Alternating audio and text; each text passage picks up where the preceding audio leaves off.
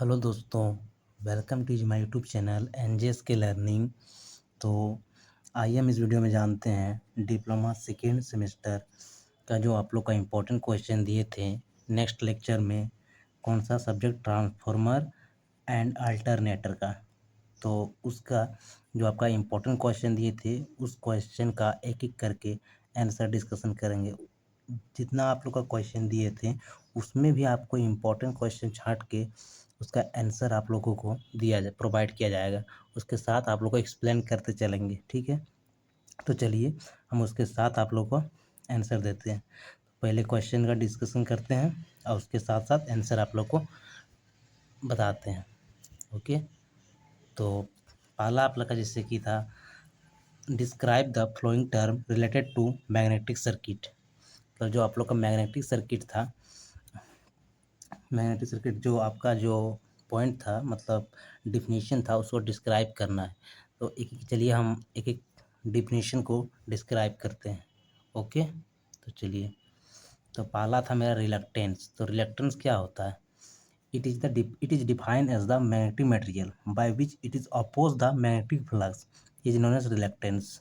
Reluctance क्या होता है? ये एक मैग्नेटिक मटेरियल होता है विच इज अपोज करता है और द मैग्नेटिक फ्लक्स को, उसको क्या कहेंगे? Reluctance. It is denoted by S. इससे जो रिलक्टेंस है आप इसको किससे डिनोट करते हैं? एस से करते हैं। ओके, और एस बराबर फार्मूला क्या होता है? L by mu into A. Okay, ये याद रखिएगा। ओके, तो आप रिलक्टेंस मतलब समझ गए क्या होता है रिलक्टेंस? जैसे कि नहीं समझे, बताते हैं फिर से। रेजिस्टेंस आप जानते हैं क्या होता है? रेजिस्टेंस क्या करता है? फ्लो ऑफ करंट को अपोज करता है। मतलब जो करंट आपका फ्लो हो रहा है उसको अपोज करता है। उसी तरह जो मतलब रेजिस्टेंस होता है वो फ्लो ऑफ करंट को अपोज करता है, किस में? इलेक्ट्रिक सर्किट में।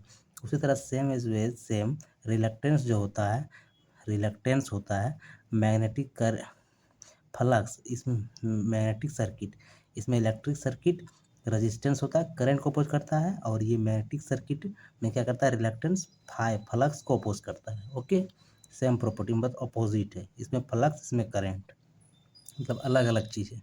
तो रिलक्टेंस आई होप समझ में आ गया होगा, और इसको किसी ऐसे डिनोट करते हैं। चलिए नेक्स्ट डिफिनेशन के आगे और बढ़ते हैं। उसके बाद परमेबिलिटी। परमेबिलिटी क्या है? परमेबिलिटी समझ जाइए, जैसे रेजिस्टेंस में क्या पढ़ते थे? कंडक्टिविटी पढ़ते थे, उसी तरह परमेबिलिटी है, ठीक है।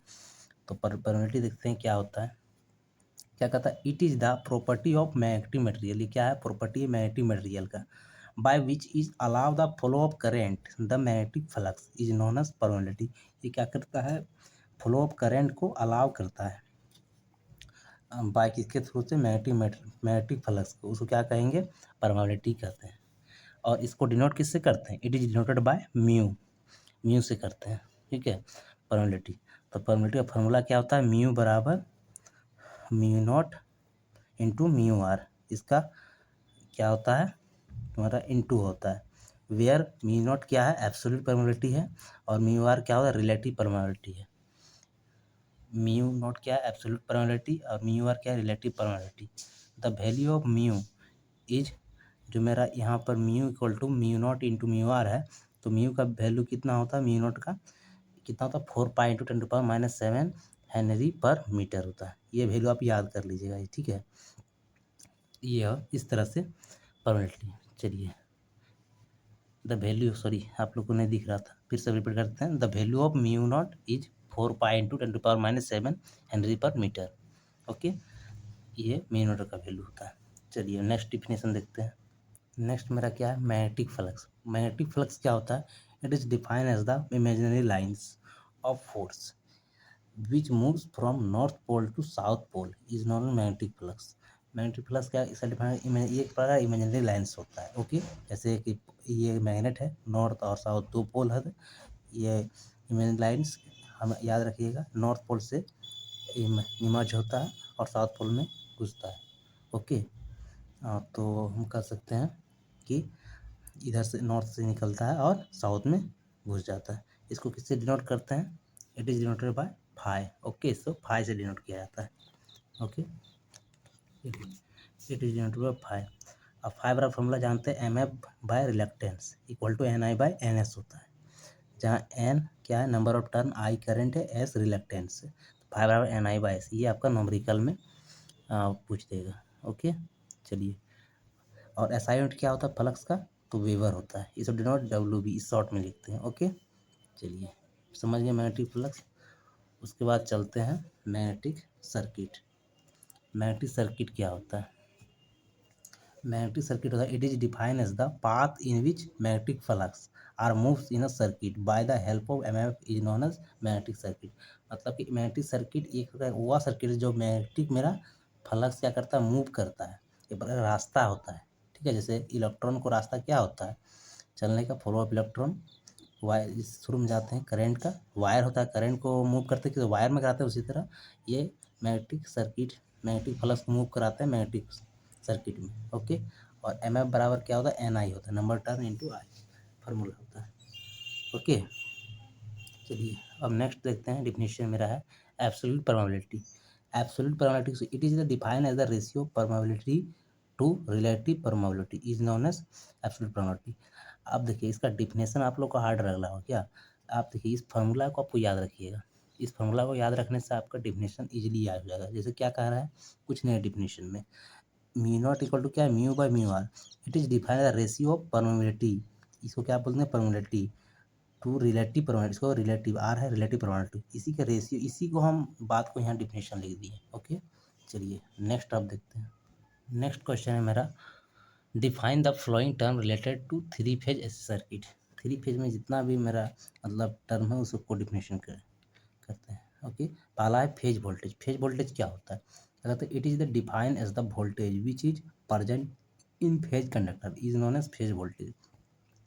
फेज करंट वोल्टेज को बोलेंगे वैसा वोल्टेज जो फेज कंडक्टर में प्रेजेंट रहेगा, उसको क्या बोलते हैं, फेज वोल्टेज बोलते हैं। ओके चलिए, अब नेक्स्ट क्या है, फेज करंट। फेज करंट क्या होता है, the current in the phase conductor is known as phase current. ठीक है, वैसा करंट जो फेज कंडक्टर में प्रेजेंट है उसको फेज करंट कहते हैं। अब लाइन वोल्टेज क्या होता है, the voltage which is present in between line conductor is known as line voltage. जो line voltage line conductor present होगा उसको लाइन वोल्टेज कहेंगे। उसका line current similarly the current passing through the line conductor is line current. अब ये star connection, जैसे कि देख सकते हैं एग्जाम्पल लिए, स्टार कनेक्शन जैसे बोलेगा कि लाइन वोल्टेज देखिए शो करने, तो इसे कर देते हैं। तो स्टार कनेक्शन ये स्टार के जैसा है, जेड आर मतलब impedance of R phase, three phase रहता है, थ्री फेज लिए, ठीक है, आर वाई और बी, तीन को आता है ना, इधर भी आई आर है, इधर आई वाई है, इधर आई बी है, तो इधर आई बी है, इधर आई आर हुआ, इधर आई बी है, इधर आई वाई है। तो आई के लिए वाई के लिए वाई, आई वाई मतलब कि लाइन लाइन करंट इधर वाई के फेज में है, बी फेज में, वी ऑफ बी मतलब फेज वोल्टेज, और बी फेज में, ठीक है, सब अलग अलग फेज में है। वी आर क्या है, लाइन वोल्टेज, और वी आर क्या है, फेज वोल्टेज। ओके, सिमिलरली इस तरह से। ओके चलिए, नेक्स्ट देखते हैं। नेक्स्ट यहाँ देखते हैं आई आर। आई आर क्या है, मतलब आई आर मतलब वहाँ लिखा है फेज करंट, ठीक है, आई आर क्या है, लाइन करंट, जेड आर क्या है, इम्पीडेंस ऑफ आर फेज, मतलब जैसे जेड आर यहाँ है ना, तो इस फेज में जो है R, R phase impedance of R phase. Okay, I R line current. चलिए, डेल्टा कनेक्शन में किस तरह इसका शो करता है, वो स्टार था पहले वाला, अभी डेल्टा, डेल्टा कनेक्शन में क्या है, इस तरह टोटल को वी एल, तो यहाँ पर वी एल क्या, line voltage, V R phase voltage, I R phase current, I L line current, और जेड आर जेड वाई या जेड बी सब क्या बोलेंगे, सबका नाम क्या है, impedance of R Y and B phase, सब अलग अलग फेज में, जो जिस फेज में जो है उसी के फेज का, मतलब मान लो ये जेड ऑफ आर मतलब आर फेज हो, impedance of R phase, impedance of Y B. Okay चलिए, अब नेक्स्ट क्वेश्चन है, तो क्या था मेरा इंपॉर्टेंट क्वेश्चन था, define following term. Time period, time period क्या होता है, तो चलिए हम टाइम पीरियड को डिफाइन करते हैं। It is define as the time taken by sinusoidal graph, sinusoidal graph to complete one cycle is known as time period. Time period उसको कहते हैं जो मतलब टाइम टेकन बाय साइनसोडियल, मतलब साइन का ग्राफ आप लोग जानते होंगे, ट्वेल्थ की हैं जो, इसका साइन का बेग रहता चलता है, ऊपर नीचे अल्टरनेट चलता है, तो उसमें एक कंप्लीट मतलब जैसे कि यहाँ जिसका शो कर दिए होंगे, तो it is define the time taken by sinusoidal graph to complete one cycle is known as time period. मतलब कि जैसे यहाँ साइनसोडियल ग्राफ है, ये जैसे कि यहाँ से अब चलना शुरू किए, यहाँ से गए, यहाँ से गए, यहाँ से गए, यहाँ यहाँ तक क्या हुआ, एक साइकिल हुआ। ठीक है, यहाँ से यहाँ जो टाइम लगा उसको क्या बोलेंगे, टाइम पीरियड। ओके, यहाँ से यहाँ तक में। चलिए अब नेक्स्ट देखते हैं। नेक्स्ट मेरा क्या है, फ्रीक्वेंसी है। फ्रीक्वेंसी क्या है, the number of cycle in 1 second of alternating quantity is known as frequency. The number of cycle in 1 second, number of cycle जितना 1 सेकेंड में जितना साइकिल मूव करेगा उसको क्या बोलेंगे, फ्रीक्वेंसी बोल रहे हैं। अल्टरनेटिंग क्वांटिटी, जैसे कि यहाँ से यहाँ एक साइकिल हुआ, तो यहाँ से यहाँ, यहाँ से यहाँ आने में कितना हुआ, यहाँ से यहाँ 1 सेकेंड, तीव्र 1 सेकेंड, मतलब कि यहाँ से यहाँ जितना 1 सेकेंड में क्या बोलेंगे, number of cycle in 1 second, 1 second में जितना नंबर साइकिल क्या बोलेंगे, फ्रीक्वेंसी बोलेंगे। ओके, और एसआई यूनिट क्या होता है, फ्रीक्वेंसी का हर्ट्ज होता है। चलिए नेक्स्ट देखते हैं, लीडिंग क्वांटिटी क्या होता है। The quantity which is gain the maximum value fastly is known as leading quantity. जो वैसा क्वांटिटी जो फास्ट पहले पहले लीड कर गेन प्राप्त कर लेता है, जैसे कि यहाँ पर आप देख सकते हैं ओमेगा टी ग्राफ है, ये पहला ये लीड कर रहा है, मतलब ये जो पहले वाला ग्राफ है, तो लीडिंग क्वांटिटी क्या कहते हैं, the quantity which gain its maximum value firstly, मतलब कि ये एक क्वांटिटी है, ये एक क्वांटिटी है, दोनों में से ई और ई दोनों में से जो पहले मैक्सिमम वैल्यू को गेन करेगा। देखो ई भी ये चलना शुरू करता है यहाँ से, दोनों यहाँ से, देखिए यहाँ से चलना शुरू करता है, तो जो पहले मैक्सिमम वैल्यू गेन करेगा उसको क्या बोलेंगे, लीडिंग क्वांटिटी। जैसे ई और ई में दोनों, ये पहले मैक्सी लीड कर रहा है, इसको बोलेंगे लीडिंग क्वांटिटी। ठीक है, इससे किससे, इससे। ओके, सिमिलरली लैगिंग क्वांटिटी क्या होता है, quantity which does not gain its maximum value.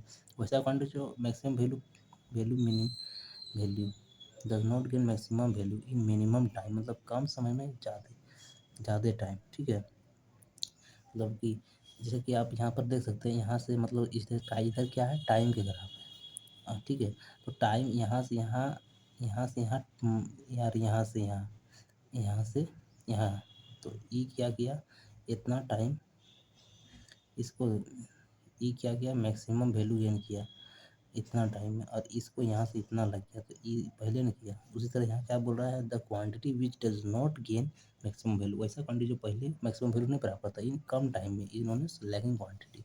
जब कम टाइम में जो ज़्यादा करता है उसको लीडिंग बोलते हैं, और जो नहीं करता है उसको लैगिंग। जैसे कि यहाँ से स्टार्ट होता है, तो यहाँ से यहाँ ये वाला है, यहाँ से यहाँ, और ये यहाँ से यहाँ पर। ओके, तो इनमें से देखिए, इनमें से क्या है, इनमें से लैगिंग क्वांटिटी है, इस तरह से। ओके, चलिए नेक्स्ट देखते हैं, आरएमएस वैल्यू क्या होता है। आरएमएस, जैसे आप जानते हैं आरएमएस का फुल फॉर्म क्या होता है, root mean square, root mean square होता है। ओके, तो चलिए डिफिनेशन देख लेते हैं इसका।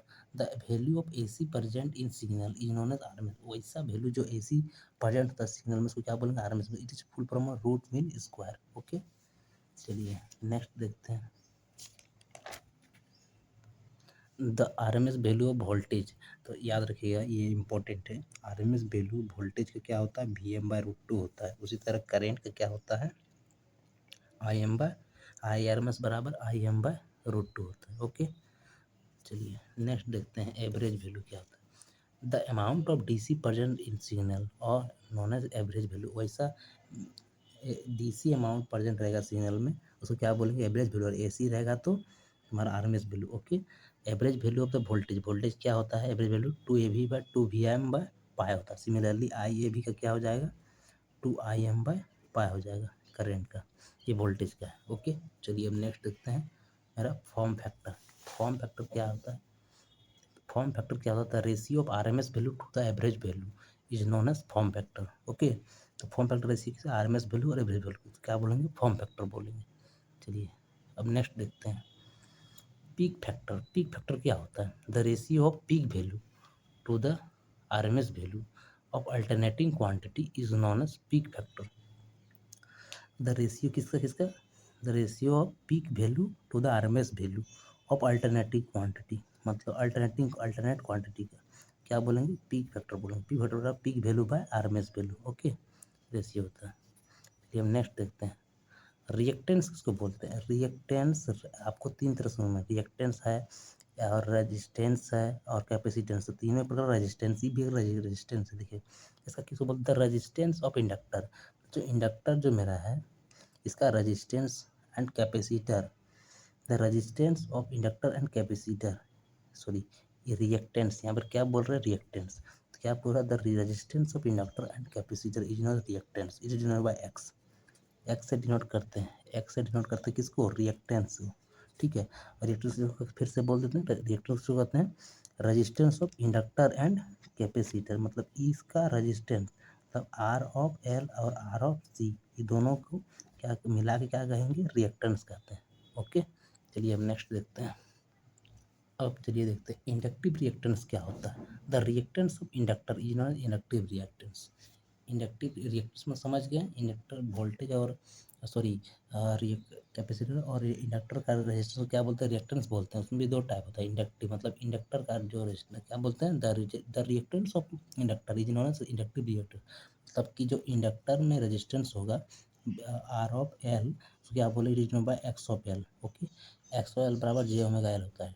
ठीक है, मैग्नीट्यूड लिखाएंगे omega L. Okay, X of L क्या हुआ, ये रियल फार्मूला हुआ। ठीक है, जनरल फार्मूला, और यदि हम मैग्नीट्यूड निकालेंगे नहीं मॉड लगा देंगे तो जे इमेजिनरी हट जाता है। ओके, तो तुम्हारा बचेगा एक्स ऑफ एल बराबर ओमेगा इंटू एल। ओके, चलिए अब नेक्स्ट है कैपेसिटिव रिएक्टेंस। कैपेसिटिव रिएक्टेंस क्या होता है, the reactance of capacitor is known as capacitive reactance, मतलब वैसा रिएक्टेंस, मतलब रिएक्टेंस के कैपेसिटर में रेजिस्टेंस होता है। ठीक है, रिएक्टेंस में जो कैपेसिटर प्रेजेंट होता है, यानी जैसे कि ये कैपेसिटर है, इसको आप क्या, X of C, it is by X of C. Okay, इसका आप निकालिएगा, the reactance of capacitor is capacitive reactance is denoted by X C बराबर 1/j⍵c। इसका मैग्नीट्यूड की बात करें तो क्या हो जाएगा, 1/j⍵c हो जाएगा। ओके, ये इमेजिनरी हट जाएगा। चलिए अब नेक्स्ट, एडमिटेंस क्या होता है। It is defined as the reciprocal of impedance is not admittance. ये क्या होता है, इम्पीडेंस का रेसिप्रोकल होता है। क्या होता है, रेसिप्रोकल होता है, उसको क्या बोलेंगे, एडमिटेंस बोलेंगे। It is denoted by Y से करते हैं, वाई बराबर 1/z होता है। ओके, चलिए ये मेरा हो गया बेसिक डिफिनेशन कंप्लीट। अब नेक्स्ट टॉपिक से चलते हैं इसी। अब चलिए ट्रांसफॉर्मर, ट्रांसफार्मर टॉपिक पे चलते हैं। ठीक है, आपका जो बता दिए ऐसी फंडामेंटल का था वो। अब चलिए ये क्या होता है, explain principle and operation of detail transformer. Transformer का क्या प्रिंसिपल, ऑपरेशन और डिटेल्स बताइए। चलिए पहले प्रिंसिपल क्या होता है चलिए जानते हैं। प्रिंसिपल क्या रहेगा, transfer work on the principle of mutual induction, किस पर काम करता है, तो म्यूचुअल इंडक्शन पर काम करता है। ओके, अब चलिए ऑपरेशन देखते हैं। ऑपरेशन क्या होता है, इससे पहले आपको एक इसका कंस्ट्रक्शन दिखा देते हैं। तो इसका कंस्ट्रक्शन क्या है, इस प्रकार से है, ये है कंस्ट्रक्शन। ओके, तो इधर हम सप्लाई देते हैं, देखिए आपको बता देते हैं वर्किंग पहले, तब आपको थ्योरी बताते हैं। ओके, तो इधर जब करंट देते हैं, सप्लाई इनपुट सप्लाई देते हैं, तो प्राइमरी वाइंडिंग में आता है करंट, तो उसके कारण ये मेरा फ्लक्स क्रिएट होता है, वाइंडिंग में ये मूव करता है, ये सेकेंडरी फ्लक्स कट कर देता है, तो इसके कारण I2 इंड्यूस हो जाता है। ठीक है, तो ये इस तरह से मेरा प्राइमरी करंट सेकेंडरी की ओर ट्रांसफ़र हो जाता है। चलिए हम इसको थ्योरी में आपको बताते हैं, एक्सप्लेन करते हैं। ऑपरेशन क्या, when AC supply is given to primary winding, जब हम प्राइमरी वाइंडिंग में AC supply given, then a current I1 passes, the current I produce a flux in the core of transformer, जो मतलब तुम्हारा core होता है ना आपका, यहाँ पर क्या करता है, फ्लक्स क्रिएट करता है। ओके, ये क्या करता है, फ्लक्स क्रिएट करता है। This flux links with primary winding, ये कैसा प्राइमरी वाइंडिंग का लिंक होता है, as well as secondary winding. So EMF is created in primary winding as well as secondary winding, मतलब प्राइमरी में क्रिएट हो जाता है फ्लक्स के बाद। ओके, उसके बाद नेक्स्ट क्या है, the the EMF of secondary, the EMF of secondary winding produce current I2 for this load, for the load connected with secondary winding, जब लोड कनेक्टेड जो मतलब side secondary side, thus we can say that power transfer from primary to secondary, this is the required working, this is the required working. समझ में क्या, फिर से आपको explain कर देते हैं। चलिए हम एसी सप्लाई दिए, ओके, तो इसमें प्राइमरी वाइंडिंग ये है, इसको कहते हैं प्राइमरी वाइंडिंग। इसको क्या कहेंगे? प्राइमरी। आई क्या है? Secondary. Secondary winding. Secondary winding.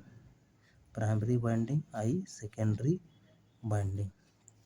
तो I1 पास देते हैं प्राइमरी में, इनपुट सप्लाई देते हैं, तो इसमें से क्या होता है? फ्लक्स क्रिएट होता है, इस कारण ईएमएफ इंड्यूस होता है, और ये फ्लक्स मूव करता है इस पूरा में, इसमें इस कारण सेकेंडरी वाइंडिंग को कट कर देता है। तो सेकेंडरी वाइंडिंग में भी इंड्यूस ईएमएफ होता है, करंट होता है, तो करंट इधर I2 फॉलो करने लगता है, इधर लोड कनेक्ट होता है। ओके, तो यह प्राइमरी टू सेकेंडरी मेरा ट्रांसफ़र हो गया। ओके, चलिए, तो आई होप समझ में आ गया होगा। चलिए अब नेक्स्ट हम चलते हैं नेक्स्ट क्वेश्चन। नेक्स्ट क्वेश्चन मेरा क्या था?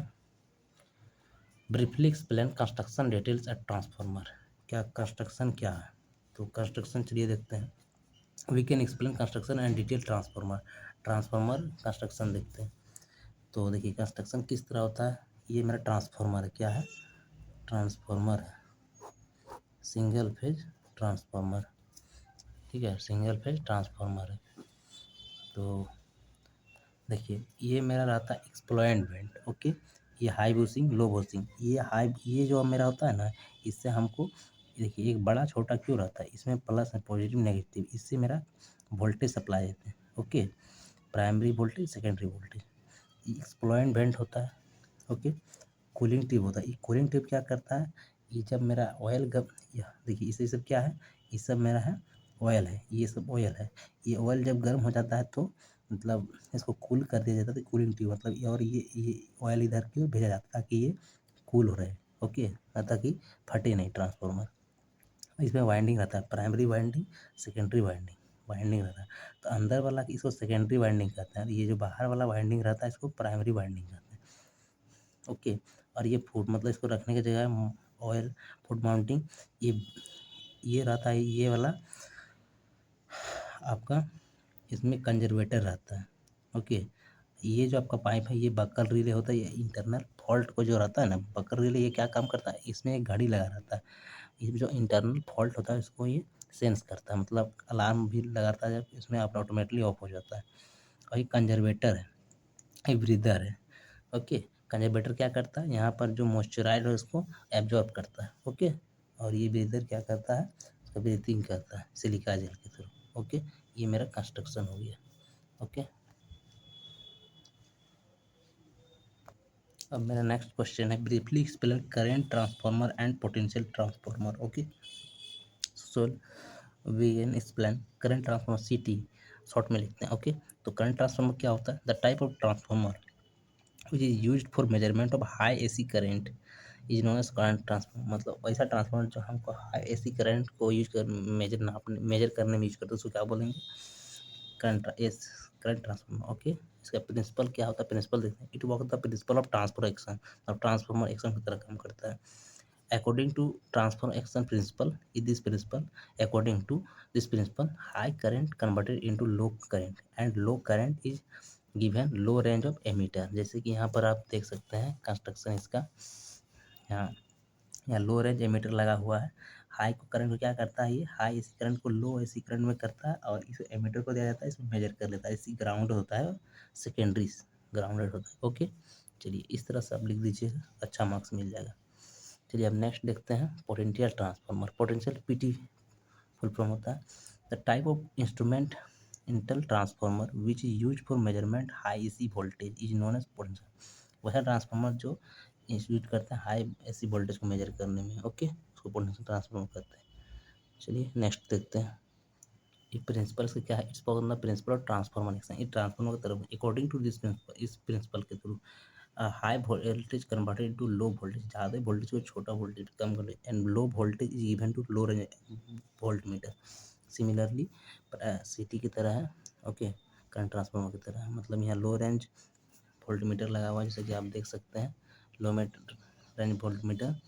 इसमें हमको ये क्या करता है, हाई वोल्टेज को कन्वर्ट करता है लो वोल्टेज में, और लो को यहाँ से ट्रांसफार्मर लगाता है, ट्रांसफार्मर से कन्वर्ट होता है प्राइमरी टू सेकेंडरी लो। ठीक है, इसमें हाई वोल्टेज रहता है, इधर सेकेंडरी में कन्वर्ट किया लो वोल्टेज में, और यहाँ मेजर करता है low range volt meter. Okay, ये हो मेरा पोटेंशियल ट्रांसफार्मर। ओके, चलिए अब नेक्स्ट क्वेश्चन डीसी जनरेटर का explain DC generator working principle operation and construction. चलिए ये मेरा क्वेश्चन है किसका, डीसी जनरेटर का। ओके, तो डीसी जनरेटर का क्या है, it is type of DC machine, क्या है, type of DC machine which takes mechanical energy and gives pulsating DC output, इन्होंने डीसी जनरेटर, वैसा जनरेटर जो टेक्स करता है, मैकेनिकल एनर्जी लेता है और डीसी आउटपुट देता है, उसको मैकेनिकल एनर्जी कहते हैं। ठीक है, अब प्रिंसिपल देखते हैं। Principle it's work on the principle of dynamic induction and it's work on the principle of Faraday law of electromagnetic induction. ये किस पे काम करता है, डायनेमिक इंडक्शन में काम करता है, और फैराडे लॉ ऑफ इलेक्ट्रो मतलब इसी को कहते हैं। Okay, the EMF is induce dynamically induce is known as dynamic मतलब वैसा ईएमएफ जो डायनेमिक इंडक्शन के थ्रू होता है उसको क्या बोलेंगे, डायनेमिकली इंड्यूस ईएमएफ कहते हैं। Okay, and it's direction given by Fleming right hand rule, ये इंपॉर्टेंट है, किसे कहते हैं, राइट। अब मोटर में लेफ्ट होंगे। ठीक है, तो मोटर में नहीं है आपका सिलेबस में, सिर्फ ये है डीसी जनरेटर है। ओके, एसी जनरेटर, अच्छा नहीं आप लोग का है एसी जनरेटर अल्टरनेटर में, उसे लेफ्ट हैंड रूल में काम करेगा। ओके, ये राइट में। चलिए इसका आप डायग्राम इस तरह से कंस्ट्रक्शन है, ऑपरेशन समझने के लिए इसका नॉर्थ पोल एक साउथ पोल, दो मैग्नेटिक लीजिएगा, चुंबक लेते हैं, एक इस तरह से ये यहाँ पर क्या लगा देते हैं, ये ब्रूस है B1 B2। ओके, ABCD, इसको ये प्राइम मूवर है, क्या है प्राइम मूवर, ये रोटेट करता है, और यहाँ पर कम्यूटेटर भी लगाते हैं। ओके, तो जैसे हम सप्लाई देते हैं इधर से, तो इधर करंट जाता है, इधर थ्रू से आता है, तो इसका हम एक्सप्लेन करेंगे 5 केस में। ओके, जब मतलब ये जो मान लो प्लेट है ये इस तरह से है, तो इस तरह पहला कंडीशन में क्या होगा, 90 डिग्री में आएगा, फिर 180 डिग्री आएगा, फिर 270 जाएगा, तो इस तरह से रोटेट करेगा। ओके, तो देखेंगे कि सब में किस तरह का करंट है, इसका एक्सप्लेन करते हैं। So we can explain DC generator operation by 5 case. Okay, तो केस 1 क्या कहता है, in this case conductor is present at 0 degree, जब 0 डिग्री पर मतलब कंडक्टर ऐसे का ऐसे रहता है, रोटेट नहीं कर रहा, मतलब जो रुका रहता है कंडक्टर। ओके, तो उसमें कोई करंट फ्लो नहीं होता है, उसमें ना कोई मतलब नहीं मिलता है कुछ। अब केस 2 में क्या, इन this case conductor is present 90, जब 90 डिग्री मतलब इस तरह में जब रहता है, तो अब this case flux linkage conductor increase हो जाता है, सो पोजीशन 90 डिग्री इन दिस में बिकम मैक्सिमम होता है। ओके, चलिए केस 3 में चलते हैं। केस 3 क्या होता है, एट पोजीशन 80 डिग्री, ये 0 हो गया, 90 हो गया, 180। ठीक है, third case, this position flux linkage in the conductor continuously decrease, घटते जाता है continuously. Okay, so induce EMF become maximum minimum होता है, मतलब इस तरह में। ओके, उसके बाद केस 4 पोजीशन 270 क्या होता है, at position start to moves inside the magnetic field, so flux linkage increase, जी सो इंड्यूस ईएमएफ इंक्रीज हो जाता है। ठीक है, इंक्रीज फ्लक्स लिंकेज इंक्रीज होने से इंड्यूस ईएमएफ इंक्रीज, आपको यही याद रखना है।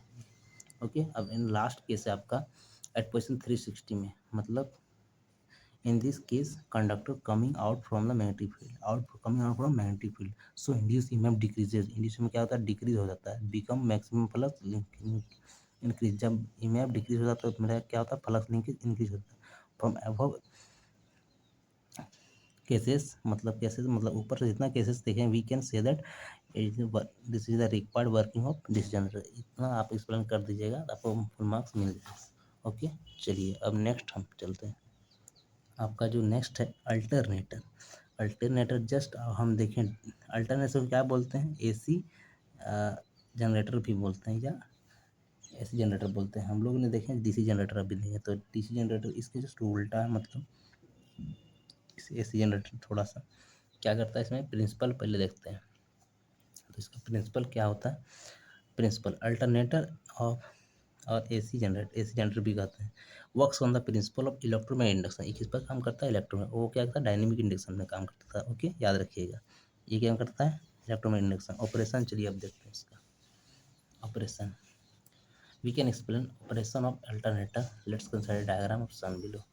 ये मेरा है अल्टरनेटर का। ठीक है, तो देखिए ये पोल बना हुआ है, इसका इधर में पोल रहता है, तो इसमें मैकेनिकल एनर्जी ये होता है मेरा शाफ्ट है, क्या है, शाफ्ट, ये क्या है मेरा कंडक्टर है, ये सब स्टेटर है, अंदर मेरा रोटर ओके, ये सब वाइंडिंग है, तो यहाँ से सप्लाई देते हैं आई, सप्लाई देते नहीं है, यहाँ से सप्लाई दिया है, मतलब जैसे देते हैं प्राइम मूवर रोटेट करते हैं और डीसी सप्लाई देते हैं। क्या देते हैं? अल्टरनेटर को हम डीसी सप्लाई देते हैं, जैसे कि यहाँ से दिया जा रहा है, तो ये हमको एसी करंट, एसी सप्लाई मिलता है आउटपुट के रूप में, ठीक है। इनपुट डीसी सप्लाई, यहाँ पर हम इनपुट के रूप में बात करें, दो चीज़ देते हैं, एक शाफ्ट रोटेट करते हैं, मैकेनिकल एनर्जी देते हैं, और डीसी दोनों दे के ये हमको क्या मिलता है? एसी आउटपुट मिलता है। क्या मिलता है? AC output. ओके, चलिए इसका हम समझते हैं operation. From above we are clear that when prime mover rotate N S synchronous speed, N S means N of S में सिंक्रोनस स्पीड पर, then mechanical energy is given to the rotor, mechanical energy और mechanical energy भी rotor के, rotor मतलब ये rotor वाला part को। Okay, आपको बता दें स्टेटर क्या बोलते हैं, स्टेटर क्या होता है? स्टेशनरी पार्ट होता है। रोटर क्या होता है? रोटेटिंग पार्ट होता है। क्या होता है? Rotating part. स्टेशनरी क्या होता है?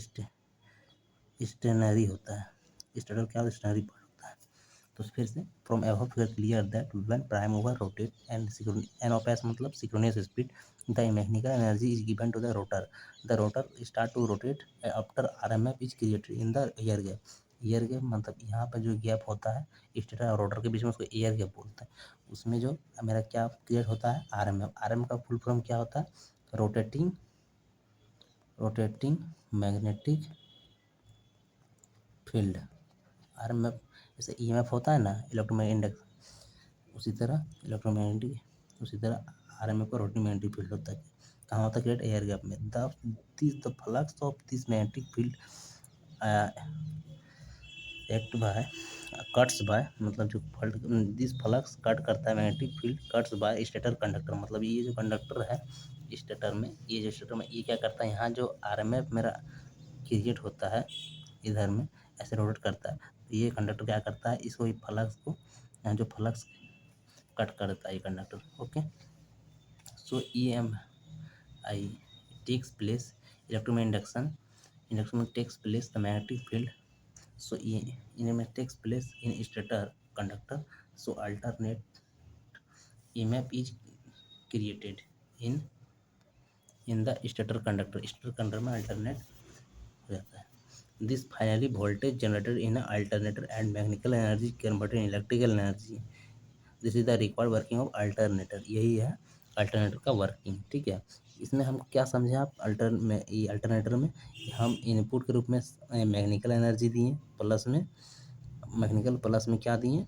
डीसी सप्लाई दिए। हमको क्या मिला? एसी सप्लाई मिला, एसी इनपुट मिला। ओके, चलिए अब कंस्ट्रक्शन चलिए देखते हैं। Construction alternator is mainly two parts, stator and other is rotor, दो पार्ट होता है। ओके, तो पहला स्टेटर का बात करते हैं। Stator it is a stationary part of the alternator इन्होंने स्टेटर, मतलब स्टेटर क्या रहता है? रुका हुआ पार्ट को क्या बोलते हैं? स्टेटर बोलते हैं। ओके, रोटर के it is the types of one type of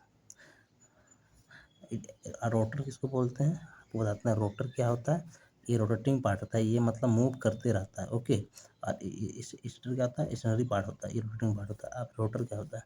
rotor ये टू टाइप्स, रोटर दो टाइप का होता है। ओके, वो साइलेंट पोल रोटर और दूसरा क्या होता है? Cylindrical rotor. जैसा कि आप ये नहीं, ये गलत है, ये मेरा है साइलेंट पोल रोटर, इसमें से एक पोल, दो पोल, तीन, चार पोल है। ये फील्ड कॉइल स्पेडल है, north north south south dumper, ये क्या लिखे हैं? डंपर लिखे हैं, DAMP या डंपर वाइंडिंग, ठीक है। कंडक्टर, ये क्या है? सब है कंडक्टर, ये कंडक्टर लिखे हैं। साइलेंट पोल ये है, इतना के बीच में, दोनों के बीच में जो क्या बोले? साइलेंट पोल बोलते हैं। ओके, पोब टेल ज्वाइंट। ओके, ये साइड साइड में क्या है? मेरा कंडक्टर है, और ये मेरा शाफ्ट है, इसको घुमाते हैं। ये साइलेंट पोल, इसका खैर काफ़ी बड़ा होता है। आप ओके, तो ये मेरा दो टाइप का रोटर हो गया। पहला क्या हो गया?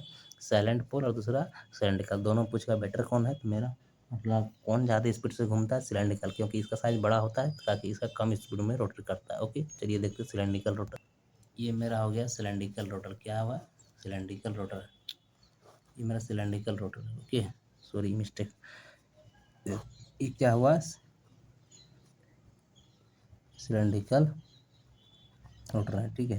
इसमें भट्ट, ये क्या है?